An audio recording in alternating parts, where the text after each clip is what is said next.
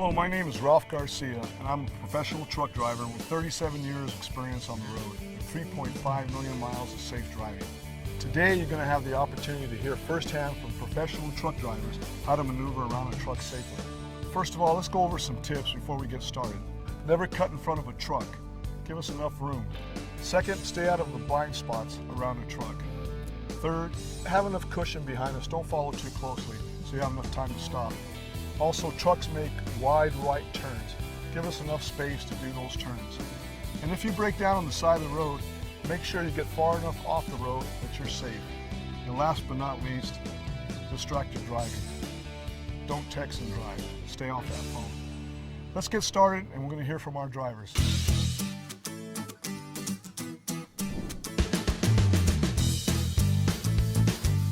Hey, I'm Alan Boyd. I've been driving trucks professionally for 35 years. I know I don't look that old, right? Scratch that, don't answer. What I've learned is the right side of this truck is the largest blind spot we have. This blind spot can actually go over 3 lanes wide. I can lose a whole tractor and trailer. So it's very important when you get in this position to get yourself out as quickly as you can.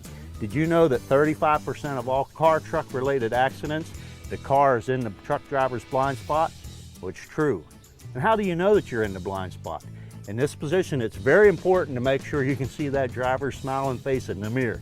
If you can't see that truck driver's smiling face in the mirror, he can't see you. Remember, when that truck moves over to the left lane to let you off a ramp, that brings you out into this position, and that's okay. Make sure you slow down a little bit, allow the truck time to get back in front of you. That allows everybody to pass on the left where it's a lot safer. Remember to make good decisions when you drive.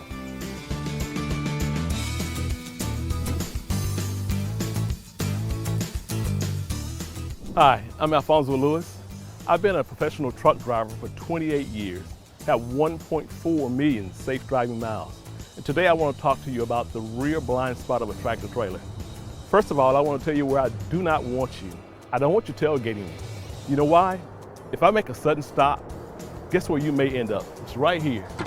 I don't want you there. One other thing, I'm a big guy and I drive a pretty big truck. If there's an object in the road, I can straddle it.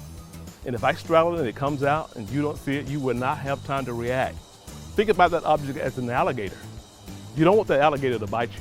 So I want you 20 car lengths behind me where I can see you. If you can see my mirror, you're in a safe spot where I can see you and you can see me. And that's where I want you at.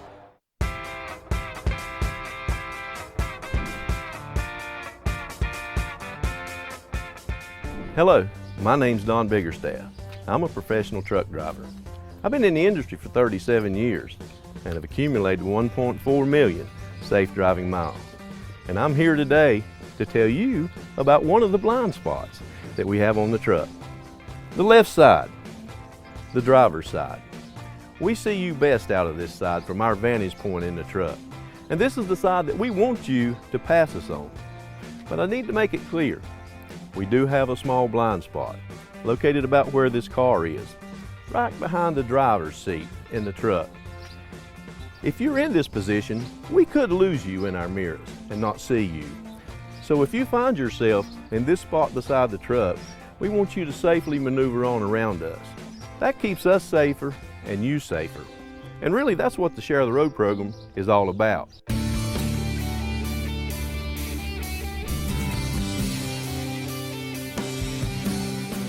This is the front end of the truck.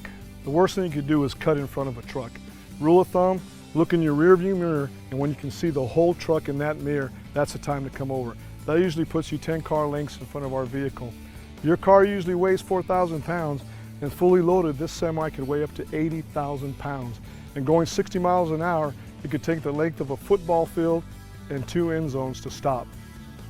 So what you're telling me, Ralph, then is that if I'm driving a 4,000 pound car, that'd be 20 times my weight. That's right. That'd be like a 200-pound wrestler wrestling a man weighing 4,000 pounds. Exactly, kind of like me wrestling you.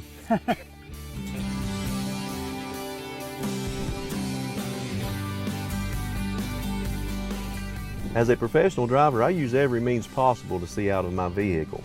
Of course, I don't have the luxury of looking in a rearview mirror like you do in a car, or throwing my arm over the seat and looking at the back windshield. I have to use the tools that's been given me. my windshields and my mirrors to see what I need to see. That's why this front windshield is so important. It's like my big screen television. It allows me to see what's going on out in front of me. Two other important tools that I have are my mirrors on each side, outside of the truck. I have my right mirror, which allows me to see a narrow path down the right side of my trailer. However, not 2, 3, and 4 lanes over.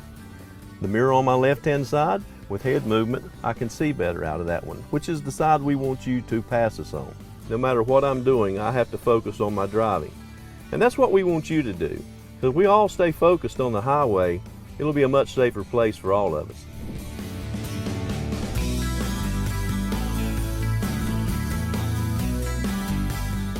Distracted driving is just as dangerous as drunk driving. Distractions in your car could be eating, drinking, could be talking to someone, and most common ones are on your phone or texting. Did you know if you travel 60 miles per hour for 6 seconds distracted, that you have actually went the length of a football field?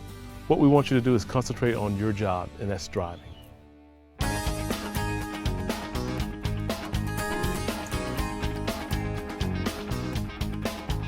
You know, we had a lot of fun doing this video, and I hope you got the understanding that we're very proud of our record and we're very passionate about safety.